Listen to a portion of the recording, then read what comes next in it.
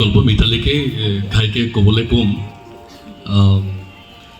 কাৰণ গল্পটো এগৰাকী মহিলাইহে কৈ থাকিব, গতিকে তাৰ মাজে মাজে য'ত পুৰুষৰ প্ৰয়োজন হ'ব তাত মই থাকিম। পুৰুষজন কোন? পুষ্কৰ। মানে মই পুষ্কৰ বুলি এজন ল'ৰাৰ সংলাপখিনি মই ক'ম, বাকী গল্পটো মিতালীয়ে ক'ব।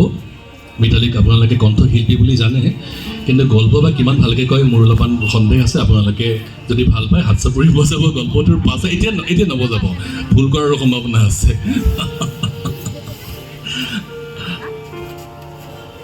মোৰ গল্প কোৱাৰ বহুত কাহিনী আছে। গেইটটো অকণ বঢ়াব লাগিছিল, অকণমান বঢ়াই দিছোঁ। হেল্ল', আছে নেকি? ঠিকে কমি গৈছে নেকি? ঠিক আছে। মোৰ গল্প মঞ্চত গল্প কোৱাৰ অহানে? মই মঞ্চত গল্প কোৱাৰো বহুত গল্প আছে, কেতিয়াবা অতনুদাই ক'ব আপোনালোকক, সেইবিলাকো খুব মজাৰ গল্প আছে। মাতটো শুনিছে? শেষৰ ফালে যোৱা নাই যেন লাগিছে, মোৰ মাতটো বহুত বেছি ডাঙৰ হৈ আছে, মেটচ কৰা নাই। তেতিয়াহ'লে অকণমান এতিয়া অকণমান বঢ়াইছে নেকি বাৰু? অকণমান বঢ়াই দিছোঁ এইটো। আচ্ছা, ঠিক আছে, হ'ব। এই গল্পৰ নাম কাফেৰ। চাওঁ আঁতৰ, তোৰ সেই মহাদেৱৰ নিচিনা ভয়ংকৰ চেহেৰাটো ৰাতি দেখিলে মানুহ অচেতন হৈ যাব। মই পুষ্কৰক জোকালোঁ। আৰু তোৰ সেই গুণ্ডা পীৰ শুকুৰবাৰে তোক যে কিবা কৰিবলৈ আহে, সেইজনক দেখিলেতো ভয়তে মোৰ কথাই বন্ধ হৈ যায়। পুষ্কৰে আঙুলি নচুৱাই ক'লে, তইতো কাফেৰ পুষ্কৰ। মই মৌলবীয়ে কোৱাৰ সুৰত ক'লোঁ, তই জহন্নামে যাবি। ফৰিষ্টাবোৰে তোৰ গাত গৰম লোহা সুমুৱাই দিব, জুইৰ চাবুকেৰে কোবাব, তেজ আৰু পোচ খাবলৈ দিব।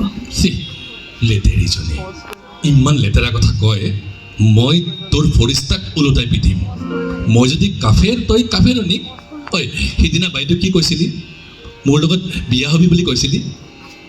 তয়ো জহন্নামত জোতাৰ কোব খাব লাগিব। ধেত, মই দেখোন মুছলমান আৰু তই হিন্দু। জনাবে আলী, সকলো মুছলমানেই জন্নতলৈ যাব, ময়ো যাম, তই যাব নোৱাৰিবি। বাদ দে, মই তোতকৈও ভাল ঠাইলৈ যাম, চাই থাকিবি। তইতো মুছলানি, তই নৰকৰ জুইত পুৰি মৰিবি। গাহৰি কৰবাৰ, তই মোক মুছলানি বুলি কৈছ? তইতো মেথৰ, কাফেৰ, উল্লুক। তইতো মেথৰণী, কাফেৰণী। মই তাক খুব জোৰে এটা চৰ মাৰিলোঁ। সিনো কিয় এৰি দিব? ধুম ধুমকৈ দুটা ভুকু বহুৱাই দিলে মোৰ পিঠিত, হাত মুচৰি দিলে। ময়ো তাৰ হাতখনত এনেকৈ খামুচি দিলোঁ যে বগা ছাল ওলাই আহিল। খুৰীয়ে জোতা চেণ্ডেলৰ শব্দ শুনি দৌৰি আহিল আৰু আমাক এৰুৱাই দিলে। খুৰীয়ে ধমকিৰ সুৰত ক'লে, পুষ্কৰ ৰ, আজি তোৰ দেউতাৰ আহক, চাই থাক কি কৰোঁ। পুষ্কৰে ৰেলিঙৰ ওপৰত বহি মোলৈ চাই মুখ ফিউচালে। খুৰী, এই গাহৰিটোক মই কোনো পধ্যেই বিয়া নকৰাওঁ। মই যেন তোৰ নিচিনা ফাপৰীজনীক বিয়া কৰাবৰ কাৰণে মৰিছোঁ। জানা মা, তাই নহয় মোক সদায় সিদিনাখনৰ তেজ পোচ খোৱাৰ কথা কৈ আছিল। খুৰীয়ে ক'লে, ৰাম ৰাম, ম্লেছ কৰবাৰ, মনে মনে থাক। সঁচাই মা, তাই কৈছে তাই হেনো জন্নতলৈ যাব আৰু হিন্দুবিলাক বোলে নৰকলৈ যাব। নহয়, খুৰী নাযায়, আৰু বাপুজী আৰু বাইদেউও নাযায়, এই উল্লুকটোহে যাব। মই গ'লে নহয় তোৰো ভৰিখনত ধৰি চোঁচৰাই দিম। ইছ, মই ইমান জোৰে কামুৰি দিম, তই মৰি থাকিবি। খুৰী হাঁহি হাঁহি ৰঙা পৰি গ'ল। তেওঁ ক'লে, তালৈ গৈওতো কাজিয়াই কৰিবি? সি দুজকলৈ যাবই যাব, জানে খুৰী, ই ভয়ানক বেইমান। দেখিলা মা, এইবাৰ কিন্তু মই তাইক এনেকৈ মাৰিম। मन हरवा पिया तुम हो, मन हरवा।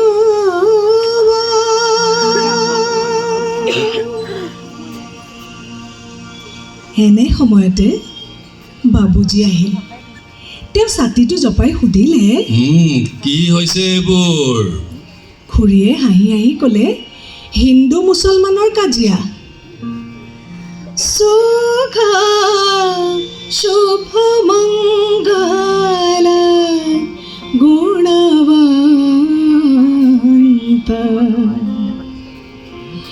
ভয় পাদুৰা পুষ্কৰটো বাবুজীৰ মাৰৰ ভয়ত পলাই গ'ল। খুৰীয়ে মোক মৰম কৰি ভিতৰলৈ নি ডালমুট খাবলৈ দিলে। খুৰীজনীতো মুছলমানৰ নিচিনাই ভাল, পুষ্কৰটোহে কাফেৰ।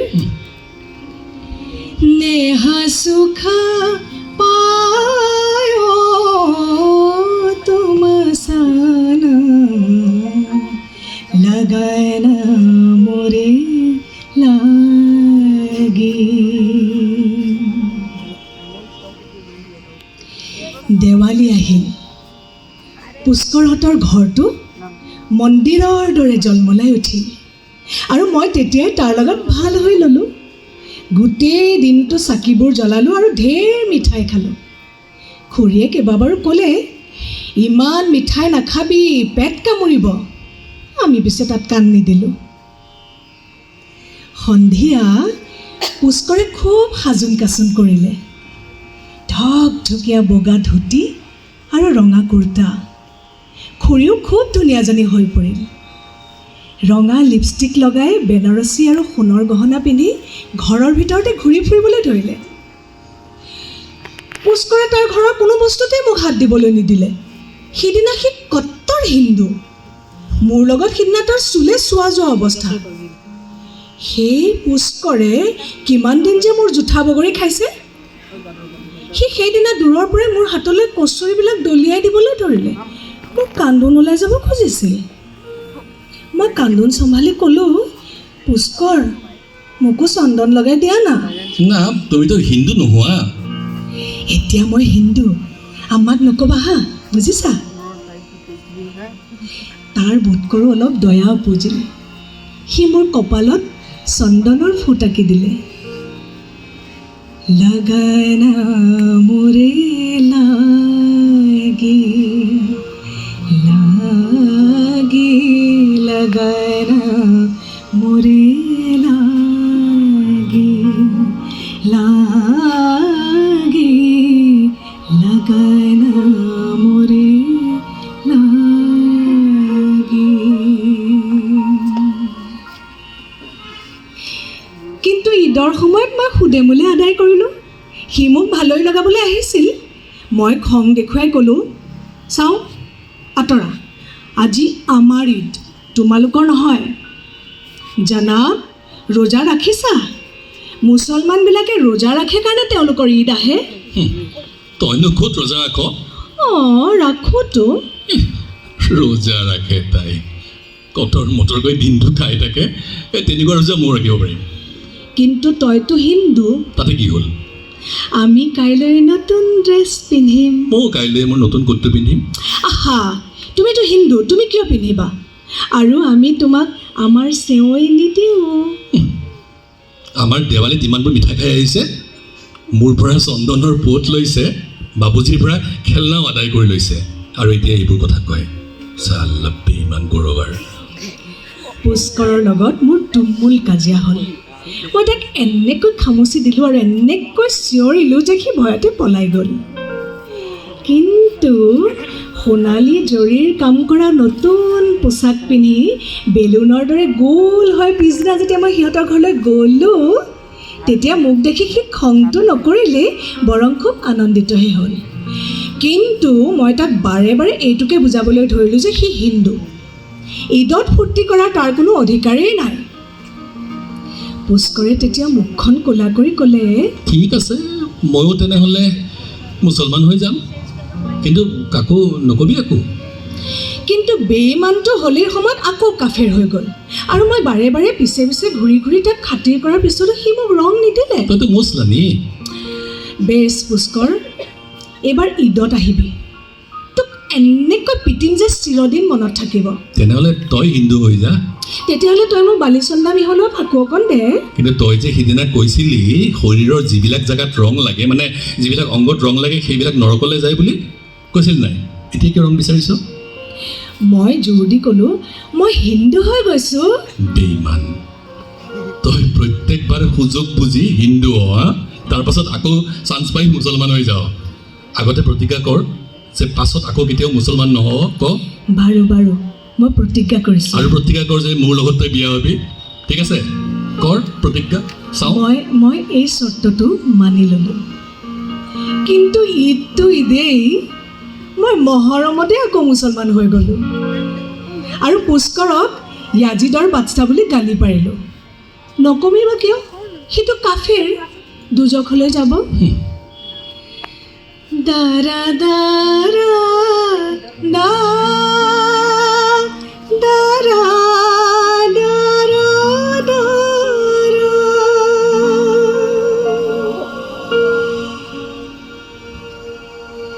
পণ্ডিতসকল খুব অদ্ভুত জাতি, বিশেষকৈ কাশ্মীৰী পণ্ডিতসকল। তেওঁলোক যেন জীৱন্ত ফৰিষ্টা। মই পুষ্কৰক প্ৰায়েই পিটিছিলোঁ আৰু সি মোৰ লগত ভাগ কৰিবলৈ অস্থিৰ হৈ থাকিছিল। তাৰ মনটো এনে কোমল আছিল যে এটা পঠা ছাগলীৰ কটা মূৰটো দেখি সি এদিন কান্দি পেলাইছিল। এদিন সি যন্ত্ৰণাকাতৰ চকুহাল ডাঙৰকৈ মেলি মোক সুধিলে, তোৰ আব্বাই ছাগলীবোৰ এনেকৈ মাৰে কিয় হা? আৰে বুৰ্বক, এইটোতো পুণ্যৰ কাম। পুণ্যৰ কাম? ছাগলী মৰাটো পুণ্যৰ কাম? অঁ হয়তো। আমি যেতিয়া জন্নতলৈ যাম তেতিয়া আমি এই ছাগলীবোৰৰ পিঠিত উঠিয়েইতো আমি পুল চিৰাতৈ যাম। আমি তৎক্ষণাত যাম আৰু তই মোক চাই থাকিবি। মই মোৰ চাইকেলত উঠি যাম। শুনি মোৰ খঙত গা জ্বলিবলৈ ধৰিলে। পুল চিৰাত চুলিতকৈও মিহি আৰু তৰোৱালতকৈও ধাৰ থকা। তই ধুমকৈ দুজখত পৰিবিগৈ আৰু আমি ছাগলীবোৰৰ পিঠিত উঠি আৰাম কৰি লাহে লাহে জন্নত পামগৈ। মই তোৰ ছাগলীটোৰ পিঠিত উঠি লম। মই তোক গটা মাৰি পেলাই দিম। মইতো পেলাই দিম। পেলাই চা না। মই তাক এটা চৰ মাৰিলোঁ। নিমিষতে সি মোৰ হাতত এটা কোব মাৰি দৌৰ দিলে।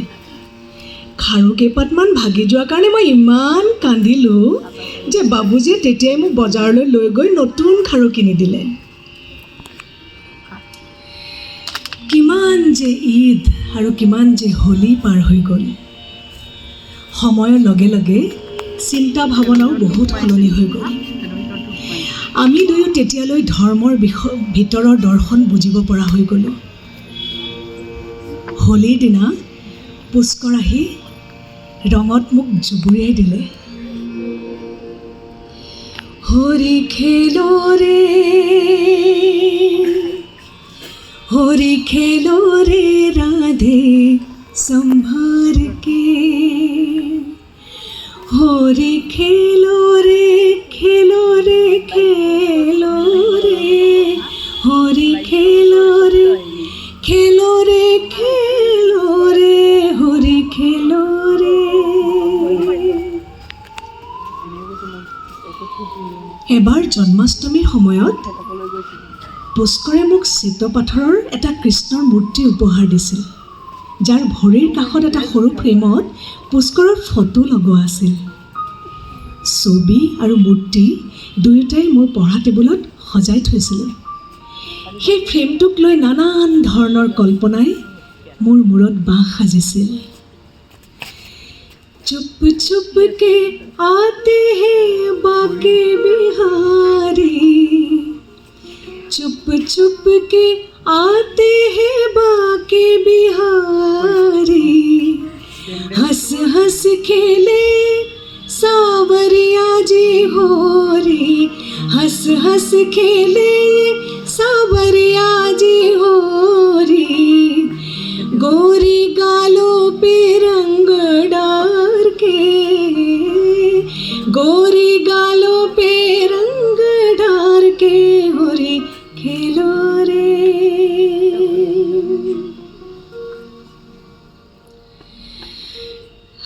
পুষ্কৰ বেনাৰসলৈ গুচি গ'ল। মই গ'লোঁ আলিগড়লৈ। আমাৰ স্কুল কলেজৰ বন্ধবোৰ বেলেগ বেলেগ সময়ত হৈছিল। সেই ঈদ আৰু হোলীৰ বন্ধত দেখাই নহৈছিল। ডিচেম্বৰ মাহটোতেই মাথোন দুয়োৰে বন্ধ মিলিছিল। সেই ডিচেম্বৰ মাহতেই এদিন সি মোৰ গালত আবিৰ সানি দিছিল। এনেই তেতিয়া হোলীৰ সময় নাছিল। আমি হাঁহিছিলোঁ, কাজিয়াও কৰিছিলোঁ, তৰ্ক কৰি কৰি আকৌ হাঁহিছিলোঁ। এদিন হোলীৰ সময়তে মই তাক কৈ পেলাইছিলোঁ যে মই তাৰ সৈতে বিয়াত বহিম।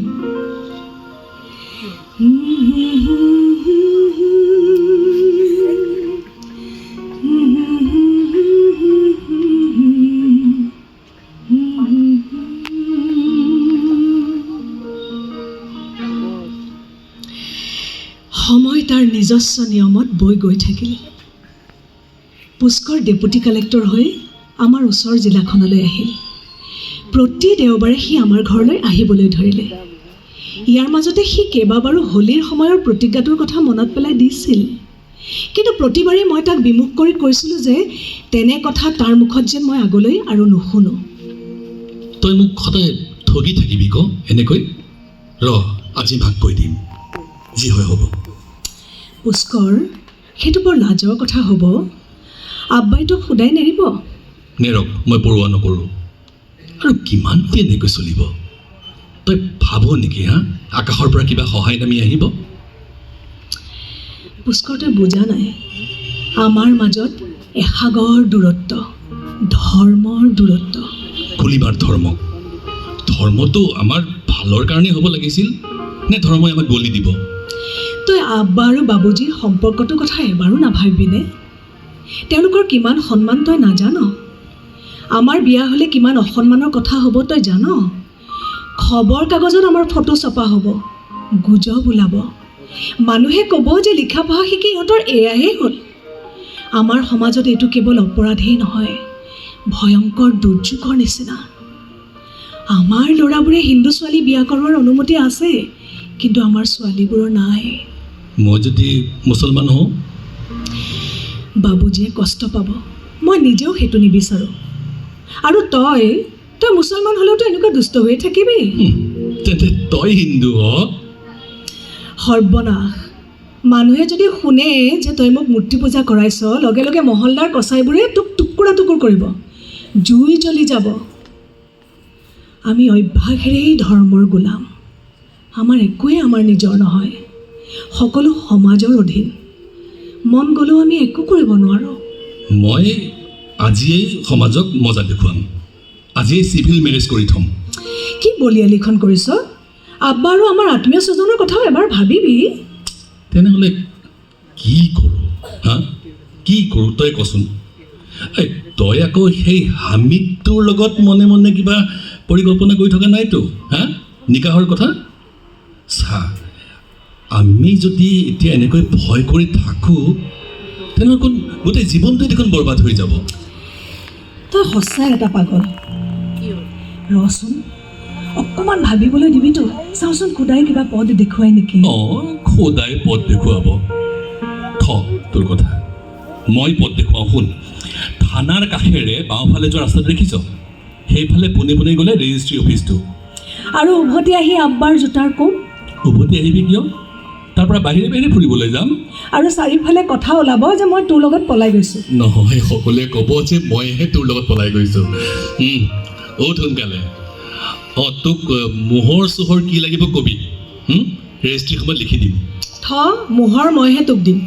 মোৰ দৰমহা তোতকৈ কম নহয়। বাৰু হ'ব, উঠচোন। আচ্ছা শুন, মোৰ কিন্তু যেতিয়াই মন যাব তেতিয়াই ডিভোৰ্চ দিম, কৈ থ'লোঁ। হ'ব, এতিয়া উঠ, কাপোৰ সাজ সলাই ল। তোৰ এই চেপেটা নাকটো লৈ যত সমস্যা, ৰবৰৰ এটা ডাঙৰ নাক এটা লগাই দিম তোৰ বাপেকে। তেনেহ'লে মই নাযাওঁৱেই। যাবই লাগিব, মই নিদিছোঁ। কিছু সময়ৰ পাছত আমি থানাৰ সোঁফালৰ ৰাস্তাটোৰে খোজকাঢ়ি আছিলোঁ।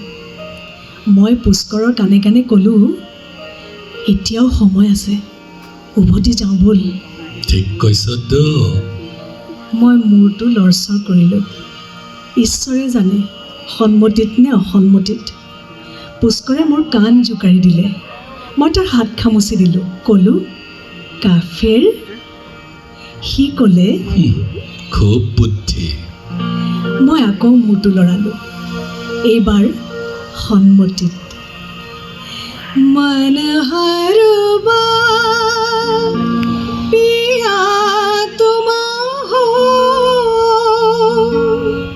सुगा शुभ मंगल गुणवंत नेह सुख पायो तुम सना लगन मोरे लागे लागे लगन मोरे लागे सो प्यारे बलमा मोरा तुम सो लगन मोरे